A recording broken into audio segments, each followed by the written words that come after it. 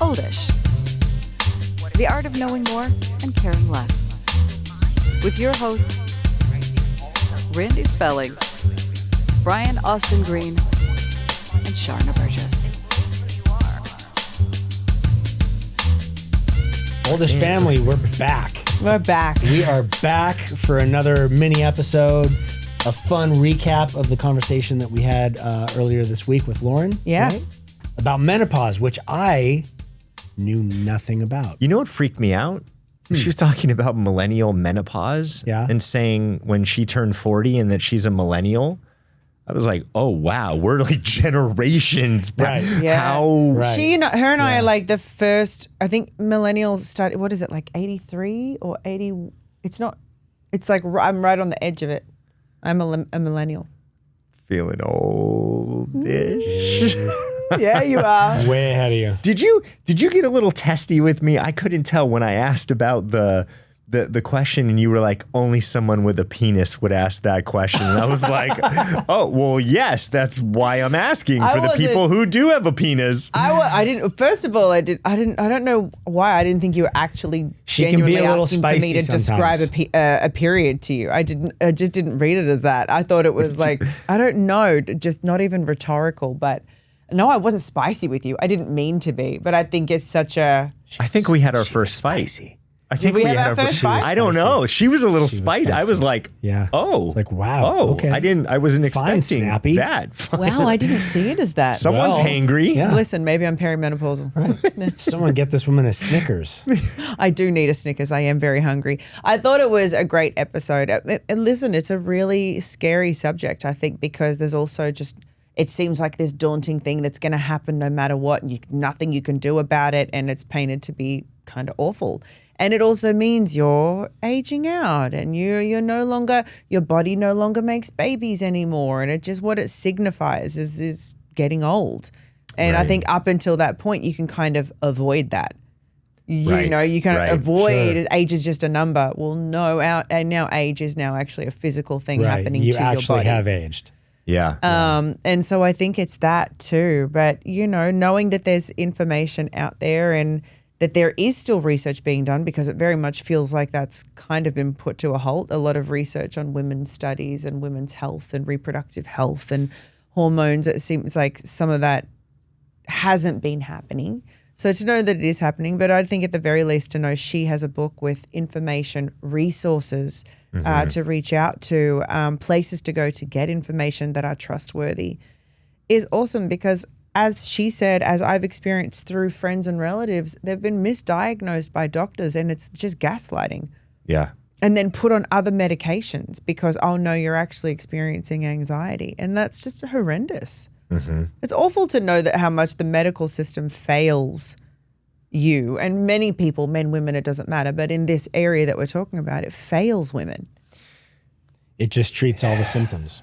It can. And I think... Yes, it can. I shouldn't say a broad stroke of it does. It can fail because women. I think we hear both, right? We hear where it comes through and people get what they need. But then there are a lot of times where it just really reinforces how much of your own advocate you need to be. And if there's something that's going on, is to look into it and research, because a lot of times... right? Like you could be feeling anxious and then someone prescribes something for anxiety when the real underlying thing is your hormone levels are really off and out of whack, which causes so many things to happen. Yeah. Yeah.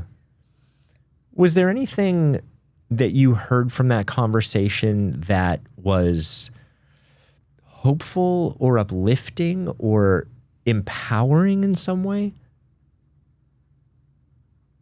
I mean, yes and no. Like it's we're all in this. It's going to happen. I think the most hopeful thing is being like, oh, well, if Brian can understand it more too, then I don't have to feel so alone in it.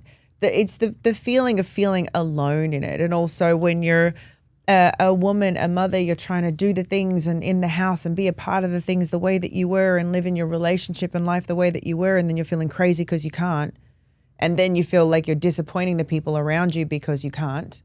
and then you feel wholly unseen and misunderstood. And that's just going through that alone without your partner understanding. I can only imagine, we're not there, you know what I mean? I'm not experiencing it, but would create a massive rift in between your relationship. That if you start with having your partner be able to have empathy and understanding for you, or understanding for you, and read her book, or just having open conversation with you about what perimenopause and menopause means for your body, they can be so much more understanding when you're going through it. I think it was way more empowering for me. I think for men, I think this conversation, when I first heard the word menopause, I was like, oh, well, that's a female thing. Like I'll kind of sit on the outside of it and listen to it. But Sharna will have all the questions. But the reality is, I think it's so misunderstood by men that for men to have a better understanding of it and find more compassion within it and more empathy, that's what goes a long way in helping a woman go through the experience of it. Because a woman already knows, like, oh, these are some of the things that are coming. It's going to happen. I don't know what symptoms I'm going to get, but it's definitely going to happen at some point. But I think for a couple, then for a man to fully understand and embrace that a little bit more, and realize that it's not just a woman going crazy as she gets older, and oh boy, you really, you seem way more emotional right now, and it being this weight that men feel like they've just got to sort of breathe through and get through the day, that they can be really helpful. I think that's the empowering part of it to me. Yeah, I came out of it going, I'm so glad that I heard that conversation, because I have a much better understanding of what it entails. And I would really strongly hope that men listen to that episode and learn about it, because that is empowering. That's, education that's the most empowering thing that you can possibly have in any situation. I think we're in a time, as Lauren even said, we're coming into more of a period where we talk more openly about these things. But I would say it hasn't been a common practice in homes to teach your sons about a woman's period. And thinking this is where it starts. If we want men to have empathy and understanding for women when they're going through things like their period, perimenopause, menopause, we have to teach them about it. And I've had a handful of conversations with our boys about, you're at an age now where things might be happening with girls at school, and how to gently address them and what is happening, and to not make fun of it. And I hope that they are, and I say to them, be the boy that takes your sweatshirt and helps her wrap it around her waist and tells no one, and so lets her know, because it starts when they're young. And to Brian's credit, he didn't grow up with that, and yet he has that understanding, and he's very sensitive and open to hearing about these things. He's never been the, oh, you're on your period guy, you know what I mean? Never, ever been that kind of a human being. And so I'm confident that we'll raise good men that will understand those, but we all have to do it. Yeah, and it starts early with the education. There was a teacher in my daughter's school, and she took over the class for certain reasons, and she had a basket of tampons and pads right by the door, and she had, to my understanding, a few different conversations normalizing that this is what's going to happen. You might see some of the girls grabbing a pad, grabbing a tampon. There is no making fun of. This is what's happening. This is how it feels, to really make them understand what it's like to have empathy. You can't force empathy, but you can at least just educate, because when we were in school and growing up, that was never talked about. It was shameful. No. It was shameful. There was no understanding that I had. And I would say I'm pretty sensitive and in tune, and I wouldn't make fun of anyone for that, but yet there was still no education around it for the understanding of what that's like for a woman to have a period, or to be dealing with cramps. when someone's sitting there, it's like, oh, I remember the Midol bottle and boys being like, oh, Midol, are you on your period? Like, yeah. And I feel shitty and I'm hurting. I'm hurting right now. And I'm still sitting in class trying to do what I need to do. Yeah. Right. Yeah. It's, I don't know where the shame started or why, it goes back centuries before, I guess, when we started shaming women for being women, I guess. But we are at a time when now the conversations are more open and we can raise our men differently. I think the shame just comes from lack of conversation. I mean, if you don't ever talk about it, you don't ever share about it, then how is anybody else going to truly understand it? I'm sure it has something to do with it becomes a sexual thing. It means a woman's ready to have a baby. That means you can maybe be intimate with it. Like I think goes back to kind of underlying sexualizing women from a very young age, but then also making them feel dirty for being sexualized or having we just sexualize girls at such a young age, but that is also a dirty thing to do, right? Or not a cool thing to do. And so I think it just puts a negative cloud on it where it shouldn't be sexualized. A period is a bodily function, that helps create life. It shouldn't be sexualized just because of the area that it's in. You know what I mean? Yeah. But I think because it has to do with genitalia, that might be the way of putting it. It becomes dirty. Yeah. What's interesting is I have heard a lot about women having changes, whether they are not as lubricated and more dry, libido goes down.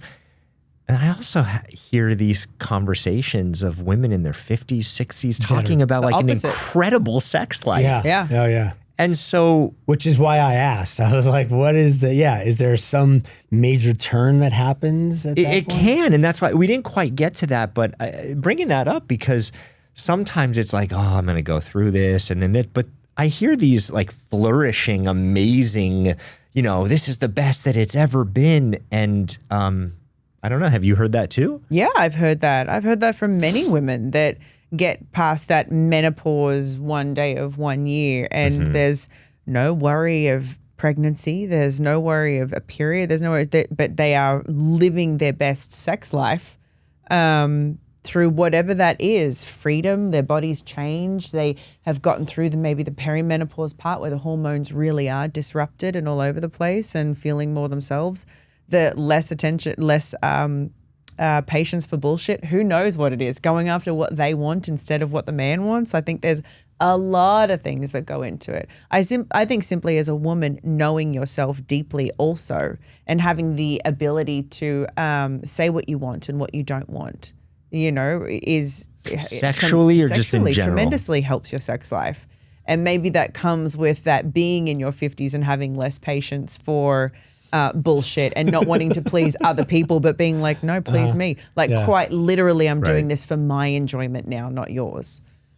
Yeah. I mean, these are the conversations that I'm hearing a lot more of is, women's pleasure and women advocating for themselves and what they need.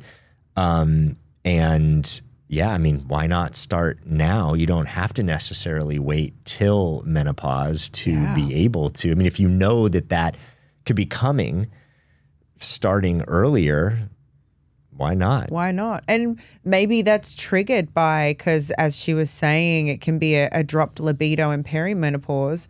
So if always new things are exciting, so if what you were doing for the longest time with your partner is not working, then try new things. As she said, like explore new things that arouse you or turn you on and see if that helps with her libido. Why are you looking at Brian? I'm looking at Brian because I'm looking to see any sort of reaction of Brian like, yeah. No. Well, we're not in, I'm not perimenopausal. We're not in. Doesn't matter, but trying new things. But it's interesting, as you're talking about this and, my brain is automatically going to, because I had a vasectomy. So immediately, I can't explain the change in being intimate and having sex at that point for me, because there is when all of a sudden you take the risk off the table of anything, then it's like, this is literally just for pleasure at this point.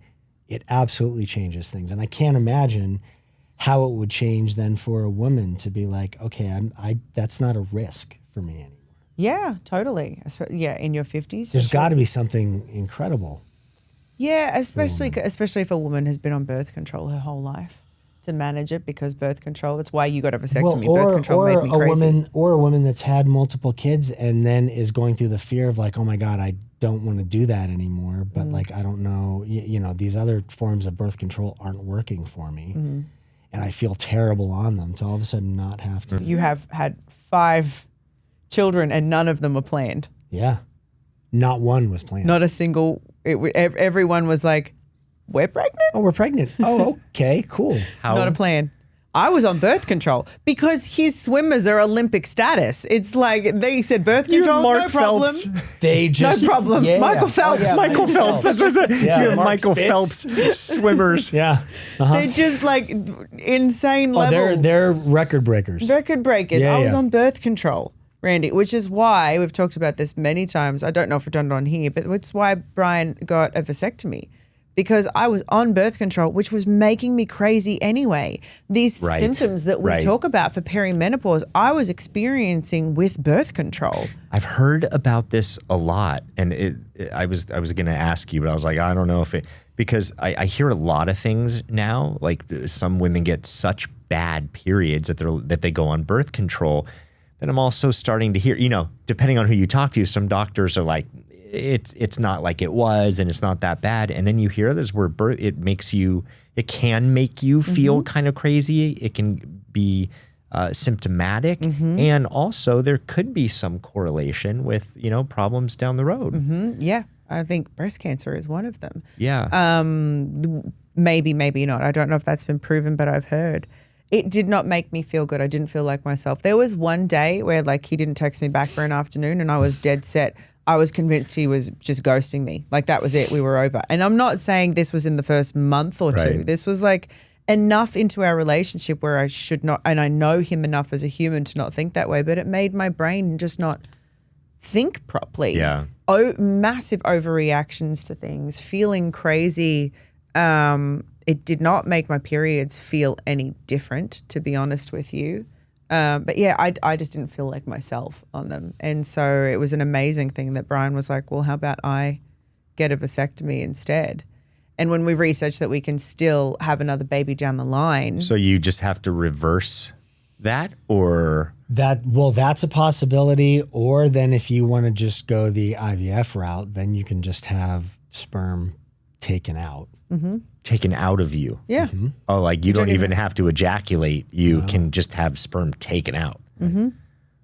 Oh, because wow. at that point you're doing it for the purpose of having a child. So, you reverse it and then it's like a 50-50 shot again of like boy, girl. Is it even going to work? Like it's a whole thing. So it's like if you just actively want another child, then you can cut straight. Well, I guess if all 5 have been one way, maybe there's another. You never know. Another way. Know. But yeah, it was a really wonderful episode. So I feel like we could keep talking about this for forever, but or at least I could, because it was just so much in there. But I want to thank you guys for tuning into the episode and catching up with us on this mini and seeing how we felt about it. Please let us know how you feel about it. Go to our social media handles at Instagram or TikTok or even YouTube, if that's where you are now. Leave us a comment. How do you feel about the episode regarding menopause, about Lauren? Are you going to get her book and give it a good read? And of course, once again, if you haven't shared that episode yet, please do share it with your loved ones, with the men in your life. And take into account that if you are raising boys, maybe now is a good time, age depending, that you can start talking to them about the things that women's bodies go through, so we can create a new generation of men that have much more empathy and understanding for our experiences as women. Thank you, both of you, for being so open to the conversation and understanding of it as well. It's really cool to hear that, and very cool to know that you're the one by my side as I'm going to eventually go through this. Thank you, everyone, for tuning in. We appreciate you. Please like, subscribe, and all the things as always. And we'll see you on the next one. Thanks everyone. I just wanted to take a moment to let you know that you don't have to navigate life alone. If there's something hard that you're dealing with or you're just ready for a change, then reach out to me at randyspelling.com, or you could DM me on Instagram, also at randyspelling. And if I can help you, I will. If there's a resource that I can share with you, I will also do that as well. Thanks.